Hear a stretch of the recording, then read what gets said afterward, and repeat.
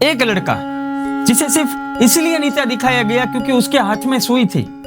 लोगों ने कहा ये लड़कियों वाला काम करता है। ये तो लड़कियों वाला काम करता है, ब्लाउज सिलता है।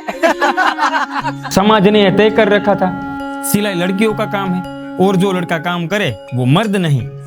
अभिषेक भी इसी सोच का शिकार हुआ। तू लड़की जैसा काम करता है, ब्लाउज सिलता है, अबे ये लड़कियों वाला काम करता है। लोग हंसे, ताने मारे, यहाँ तक कि उसके अपने पिता ने भी कहा।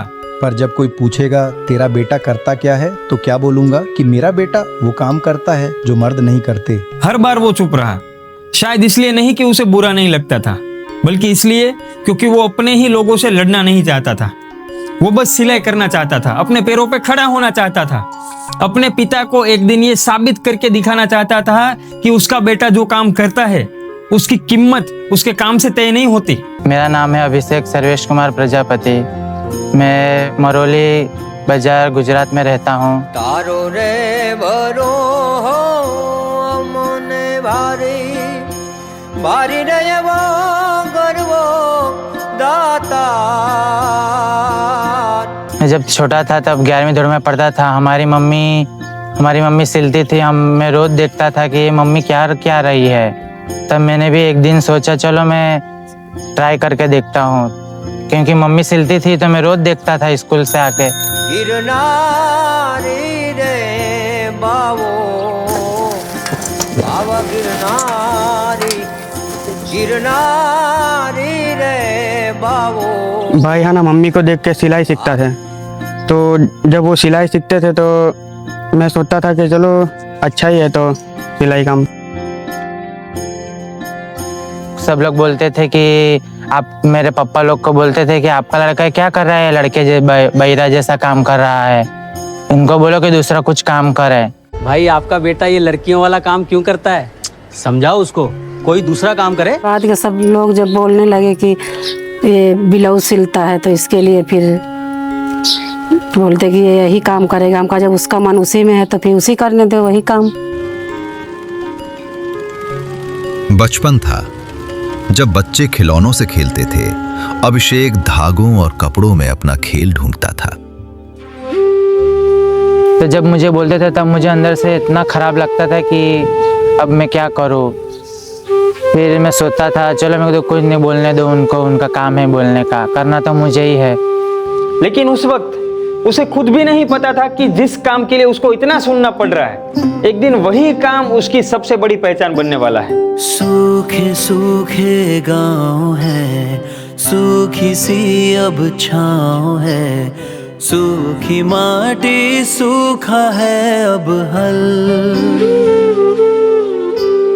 सूखे सपने सूखा है अब कल।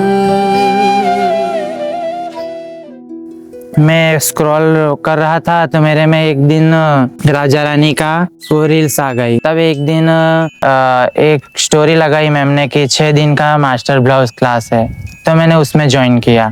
तो मैंने जिस दिन मुझे जाना था उसके अगले दिन ही मैंने दुकान बुक कर दी थी कि मैं 3 महीने बाद मैं दुकान खोलूंगा, क्योंकि मुझे पता था कि वहाँ पे सिखाएंगे तो अच्छा ही सिखाएंगे। मुझे पूरा 100% विश्वास था।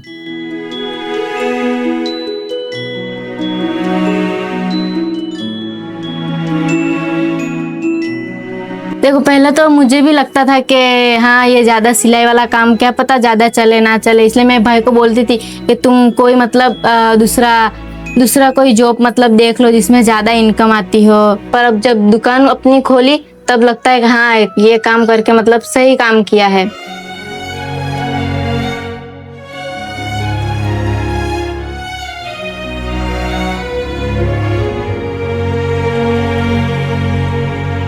जिस हुनर को लोग उसका मजाक समझते थे, आज उसी हुनर से उसने अपना मुकाम बना लिया था।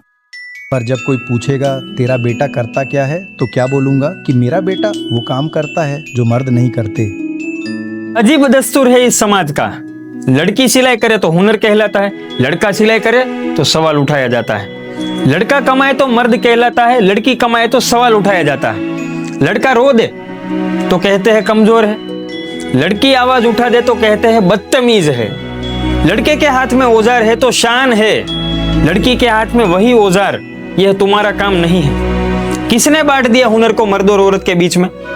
किसने लिख दिया कि कौन क्या कर सकता है? क्यों भूल जाते हैं हम कि हुनर हाथों में होता है, मर्द या औरत में नहीं। काम छोटा बड़ा नहीं होता, छोटी हमारी सोच होती है। और इसीलिए शायद इंसान को इंसान समझने से पहले हमने उसे मर्द और औरत समझना सीख लिया। पापा, मुझे आप बोल रहे थे कि ये काम मत करो, लेकिन देख लो, आज मैंने आपको साबित करके बताया कि लड़के भी कर सकते हैं।